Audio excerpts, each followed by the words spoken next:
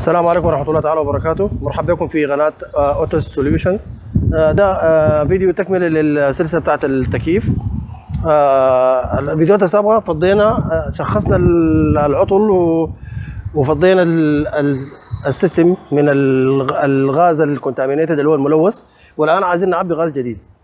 فعشان نعبي غاز جديد لازم أول حاجة نعمل فاكيوم. الفاكيوم ده أهميته إنه انت عشان تدي غاز جديد من للمكيف لازم الغاز ده يكون ما معه اي شيء ثاني عشان تضمن انه السيستم نظيف والدائره نظيفه. بتعمل فاكيوم عشان تشيل اذا في رطوبه، في بخار مويه، في هواء، في اي حاجه ثانيه يتنظف، وتحت الضغط تحت الفاكيوم بتعبي الغاز الجديد.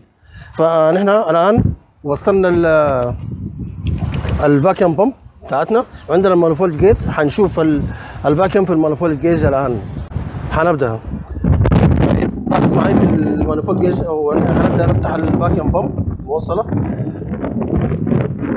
تمام.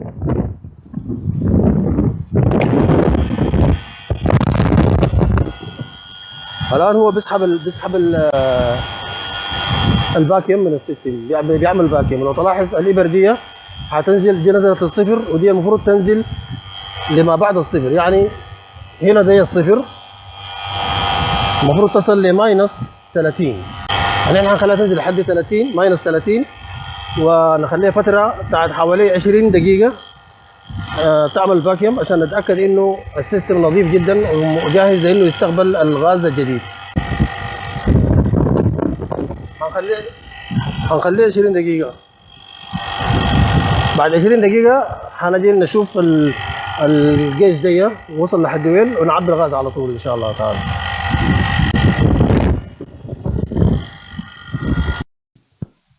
طيب الآن السيستم يعني هولد الفاكيوم. أنا لو تلاحظ قاري هنا 30. نحن خلصنا 20 دقيقة أو تقريبا 21 دقيقة من الفاكيوم. الآن هو ماشي ماينس 30 إنش زئبق. فالآن السيستم دي تحت فاكيوم ماينس 30 إنش زئبق. هنبدأ نعبي الغاز على الأساس دي. لو تلاحظ هنا في البلاستر او البلاي كارت المكتوب دي، مكتوب هنا ان الشركه بتقول لك اذا كان هي تراك من النوع العادي بياخد 6.60، اما للعربيه دي المحدده دي بياخد 0.92 كيلو جرام او 920 جرام. 920 جرام. فنحن يعني هنشتغل ب 920 جرام مخصصه للعربيه دي. لو تلاحظ هنا عندنا دي الريفريجرانت زي ما شايف انت مكتوب 134A فيها 450. هنجيب واحدة تانية معاها 450 هيكونوا 900، يعني يكون السيستم ده ناقص حوالي 20 جرام. ما مشكلة 20 جرام دي يعني بلس او ماينس ما في مشكلة في النادية، فمسموح يعني. الآن احنا ركبنا العلبة على المانيفولد جيج أو هنبدأ ندي الغاز. بس في حاجة مهمة، لاحظ في الخرطوش الأصفر دي في يعني هواء في الخرطوش الأصفر، إن احنا لازم نطلعه الهواء ده، لأنه الفاكيوم واصل لحد المانيفولد جيج.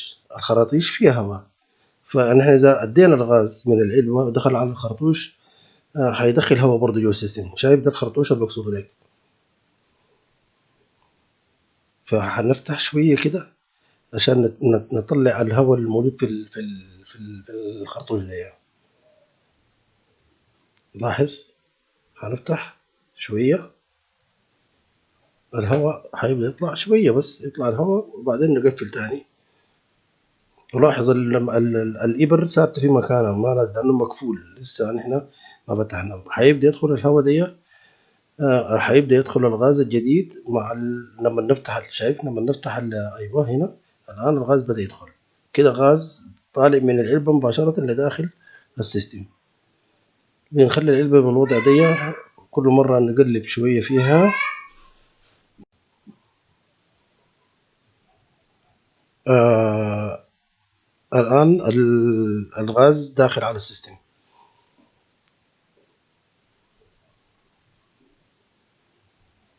كده العلبة الأولى يعني خلاص أوشكت إنها تنتهي، تقريبا انتهت. ف هنقفل المانيفول جيج مرة تانية ونبدأ نغير العلبة الفاضية بعلبة واحدة تانية جديدة مليانة.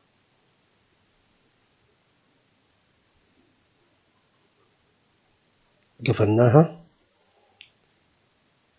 لازم نقفلها وبعدين نبدأ نطلعها ونركب العلبة الثانية.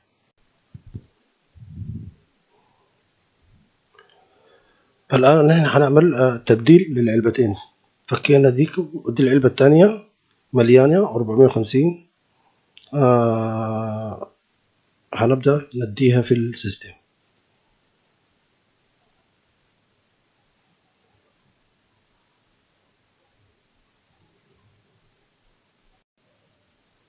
وانت ماسكها في ايدك كل مرة بتحس بين الكمية بدأت تنقص، يعني تعمل شيكينج عشان الغاز فيه جزء سائل وفيه جزء غاز، يعني على حسب الضغط الجوي اللي حوالينك بيكون وضع الغاز. فانت تعمل شيكينج ودائما تحاول يعني تحرك عشان يقدر الغاز يدخل جوا سريع ويوصل الضغط والكمبريسر شغال.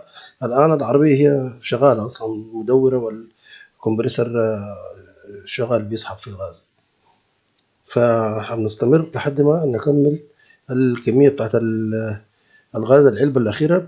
كده بكون إحنا عبينا 900 جرام في السيستم، ودي النسبة المطلوبة بواسطة الفاكتوري أو المصنع، يعني حسب ما مكتوبة في الستيكر الموجود قريناه قبل مع بعض.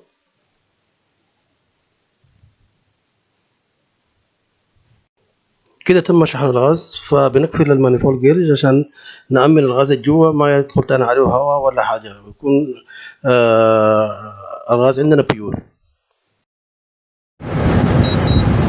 طيب الآن هنشوف درجة الحرارة ونغيرنا ما بين قبل كان حوالي 28 27 26. عشان احنا شوف درجة الحرارة نازلة وماشية معانا 6، ودي الآن في الآيدل، يعني العربية ما متحركة، العربية واقفة والموتور شغال بس. 4 3 2 1 0 ماينس، ماشي ماينس 1 ماينس 2 ماينس 3. فيبدو لي انه السيستم يعني حصل لي ريستور للفاكتوري سبيسيفيكيشن.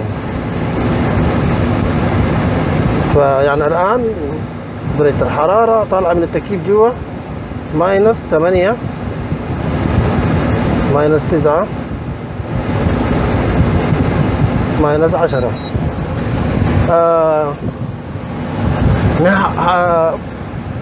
نخليه يستمر كده. شوف لو حسيت الان الوقت مسر، وخلي بكره يجربه في اثناء النهار وشوف كيف التكييف. اذا لا زالت المشكله، اذا اتحلت المشكله الحمد لله وان شاء الله بتكون اتحلت، ده المطلوب. اذا لا بيكون عنده مشكله في ضعف في الكمبريسر. لكن على حسب ما انا شايف الان انه المشكله دي كان الغاز الاول ده كونتامينيتد، والحمد لله يا رب العالمين طلعناه. وزي ما شايفين فرق درجه الحراره ما بين اول والان من داخل المكيف، يعني من داخل الثلاجه درجه الحراره مختلفه. شكرا لكم جزيلا والسلام عليكم ورحمه الله تعالى وبركاته.